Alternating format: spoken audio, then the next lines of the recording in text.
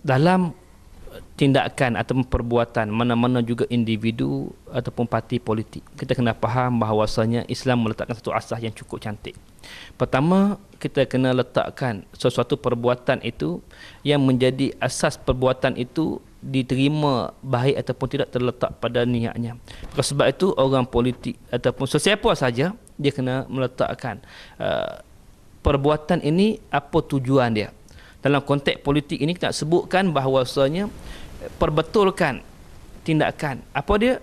Berpolitik bukan kerana kuasa, berpolitik bukan kerana kedudukan, tapi berpolitiklah untuk menjaga agama. Berpolitiklah demi memartabatkan agama. Berpolitiklah demi mengangkat kedudukan agama. Maka ini perkara yang perlu difahami. Sebab itu bila kita meletakkan soal itu, kita berpolitik demi agama, maka kita akan menjaga perbuatan kita, tutur kata kita, tingkah laku kita supaya menepati agama itu. Tapi bila kita berpolitik untuk menjaga kuasa, kita berpolitik untuk mendapat kedudukan, kita berpolitik untuk mendapat jawatan, kita sanggup menggadaikan agama. Sebagai contoh, dalam soal yang menjadi isu yang menjadi perbincangan semasa pada hari ini, bagaimana ada seorang individu atau orang politik yang sanggup memakai pakaian yang menyerupai dewa bagi agama kaum Cina contohnya. Maka kita nak sebut begini, Nabi SAW mengingatkan kita secara jelas,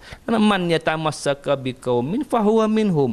Barang siapa yang menyerupai perbuatan satu kaum, maka dia tergolong daripada kaum itu. Yang ni yang kita bimbang. Perbuatan kita kena faham bahawa dalam konteks akidah ini gugurnya iman kita dengan salah satu daripada tiga perkara. Sama dengan i'tikad, kepercayaan, sama ada melalui perbuatan ataupun melalui tutur kata yang boleh membawa kepada gugurnya iman. Soal akidah, murtad jadinya.